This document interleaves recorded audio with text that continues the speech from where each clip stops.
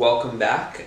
Second episode of the Vintage Peddler Files, and a couple weeks ago now was council cleanup or curbside pickup in my area, and that's something that is run by our local councils, where basically you can put out sort of bulky waste or household items that you don't want anymore. So like, I don't know, tables, furniture, books, anything like that. Out on the curb, and the council will pick it up. You have to book it, and it's a once a month thing, but I've found that you can find a lot of really good stuff that has some value to it in these. So you can drive around and sort of pick through the stuff.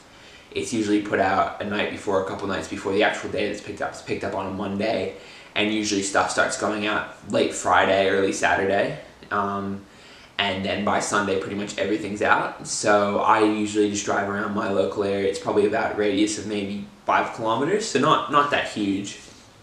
And just depending on the month, there's more stuff, there's less stuff. I found after Christmas, there's often a lot of stuff out, just because people have gotten new stuff and they don't need the old stuff, so they put it out.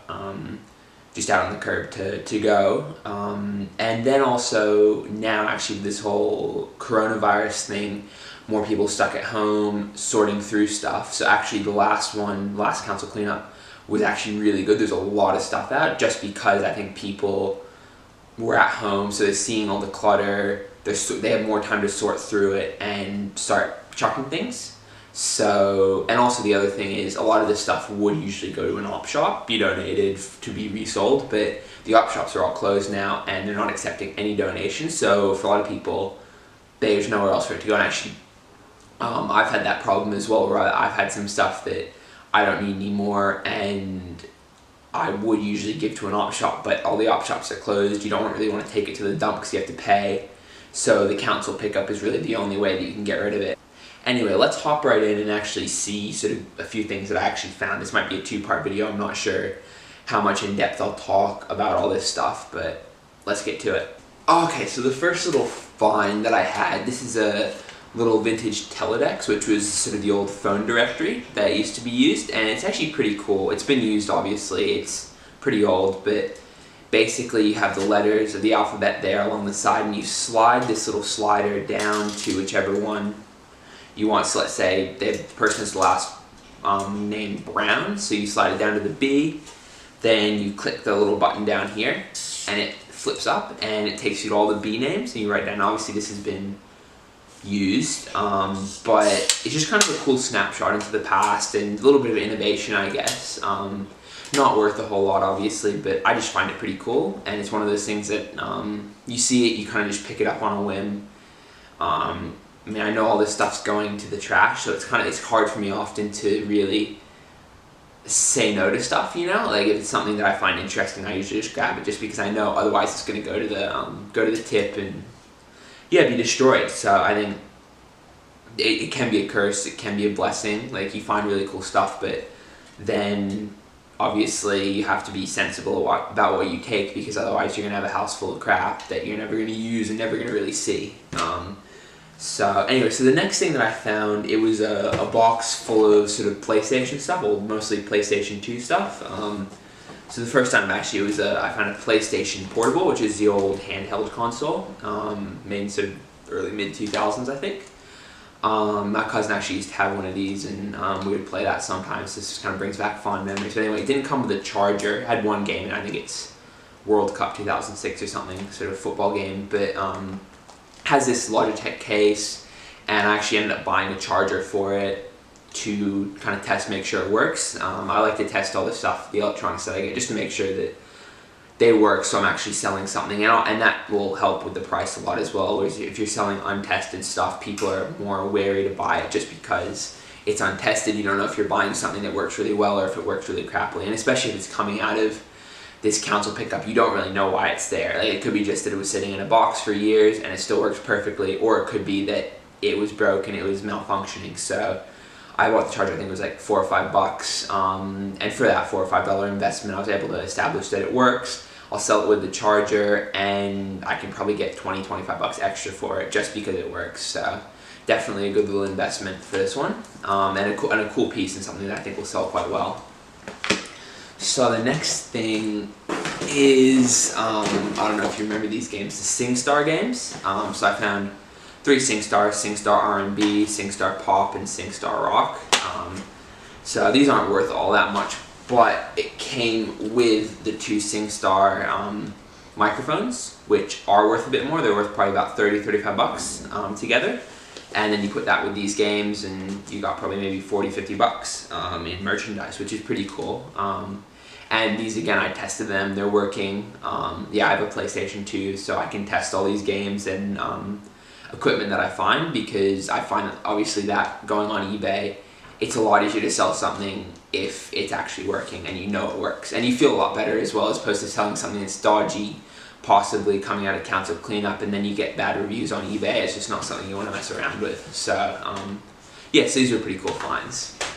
And the next thing were controllers. So these 2 sort of aftermarket, they're not actual Sony controllers, they're just I'm not really sure, it just has an F there for the logo. I'm not too up on my controllers, but they work really well. They're actually quite comfortable, like they have the grips, and they're a bit smaller than the standard PlayStation remotes, and sort of built a bit differently. Yeah, they're really comfortable, so if you're playing games for a long period of time, then these are probably a go. So yeah, pretty cool. And so that was it for that sort of PlayStation box that I found. So the next piece that I found, this is actually pretty cool. It's a vintage board game. It's called Totopoly. I'd actually never heard of it before, but it's called The Great Race Game. It's basically a horse racing game. It's kind of like Monopoly, but with horses. This particular sort of edition is actually from the 50s. You can see it actually has, I'll pop up a photo of it, but it has a really beautiful graphic of a painting of horse races, and yeah, it's overall in pretty good condition. There's obviously some wear here and there. As you can see, there's a little bit of a nick there and stuff, but other than that, like, all the pieces are complete, which is actually really cool, and especially with old board games, like, that's the first thing that gets lost or broken. And yeah, it's kind of an interesting piece to find. Like, obviously you never know what you're gonna find. And it was in a pile of new stuff too. Like, it wasn't even in a pile of old board games. It was just something that happened to be out there. So yeah, pretty cool and sort of interesting to actually play. I've actually played it, and it's actually pretty fun. All right, so we're gonna do a little unboxing of this Totopoly game. So let me open it up here. So as you can see, like, there's a bit of damage there, but on the whole, like, the whole graphic is still in really great shape, which is kind of the main thing. And even if, like, the game was all shot, I reckon you could even frame this graphic. It's that cool. Yeah. Okay, so in the box you have the board that folds out, and there's no date on it that I could find. But when I looked it up, like, this sort of design was from the 50s. Yeah, so there's the board, pretty good shape as well. And you've still got the original instructions and all that. General idea of the game. It's basically like Monopoly, but for horses. Yeah, it's still got the dice. You still got like Chance at Community chest cards, or like trainers reports and surgeon reports and stuff like that. So it's a little bit different, obviously, but yeah, you still got like all the money. Now I'm rich, haha. And like, you still got the sort of the playing cards here. Like, you put your tickets down there, so it's kind of gambling, betting, I guess, but also, like, you're the owner of the horses, and you got all the horses in here. Still got all of them. They all have names, apparently. Yeah, I can tell you what the names are, actually. Dark Warrior, Flamenco, Dorgan, Marmaduke, Jinx. Love it. Yeah, sounds like you're down at Royal Randwick for the day, eh? But yeah, so this is the game, essentially. Like I say, pretty fun game to play. And yeah, it just kind of brings back memories from, I guess, a different era. So definitely a cool pickup, and something that I was willing to take a chance on. Another thing that I sometimes find in council pickup, and just depending on what the item is, I usually will pick it up, is clothing. And being a reseller on eBay, clothing is one of the easiest things for me to ship. It just sits in a small flat rate satchel, goes, it's light, it's easy, it's not breakable, so you don't have to worry about it being damaged. And yeah, it sells really well on eBay. So that's sort of the main thing that I do, and I usually get most of that from op shops like Vinnie's, like Salvo's. but sometimes I also find this stuff in council pickup. So, and often the quality is kind of sketchy, but I actually had a pretty good luck with it this time. So let me just show you a couple pieces that I found.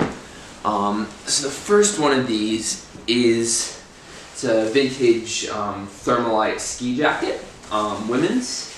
So it's in this sort of nice pink and turquoise aquamarine colorway, which is actually quite desirable. Like, you see a lot of windbreakers going on eBay in this color scheme. It's made in Australia. It's MG Action. I'm not sure. Like, I don't think it's that great of a brand, but yeah, it's Thermalite, which is sort of the precursor to Gore-Tex, I think. And it's insulated, and it's just a really cool piece. Like, yeah, and you know, I see this in council cleanup, and I just think, you know, it's free. That's one of the main things. So it's always worth picking stuff up if you see it, if you think it's worth something, and then you research it when you get home. And if you don't find anything on it, or it's not worth anything, you chuck it right back where it was, and it's no worse off, and you're no worse off for doing that. And actually, you learn quite a bit about what stuff's worth or not worth. Like, you'll find something, oh, it must be really valuable or something, and it's actually not. You think, huh? Oh, or you find stuff that you're like, oh, maybe I'll take a chance on that. It's not worth that much, and you should find it's worth a lot. So yeah, and so the final piece that I'm going to show you guys is this Tommy Jeans sort of rugby jumper. It's in the 90s style. I think it's from 2018 maybe. And sort of, as you can see, like, it's pretty distressed. It was really dirty when I found it, and it was only because it was Tommy Jeans with this, you know, big patch. Actually, one of my friends has the same one, newer obviously, and sort of this acid stain here and stuff like that. So it wasn't in great condition, but I soaked it in sort of Sard Wonder, which is, I don't know, it takes most of the stains out of stuff, and it didn't get it totally clean. You can obviously see there's kind of some marbling of sort of dirt, and it's still pretty distressed, but it actually looks pretty cool. Like, it's clean enough that you could definitely wear it out and people wouldn't notice that much. And I mean, these are like you look online, they go for like $150 new. So even if I got like 30 bucks out of it, 25, 30 bucks out of it, it would still be a really good pickup, just because it is Tommy Hilfiger. Tommy Hilfiger sells really, really well. It's one of those brands like Polo, like Nike, that sell really well and consistently sell really well as well. I guess just with sort of the hypebeast fashion culture. But yeah, so that was half of my haul from Council Pickup. I'll show you the other half next video. Got some pretty cool pieces coming up actually, but yeah, so I hope you guys liked the video, and thank you for watching.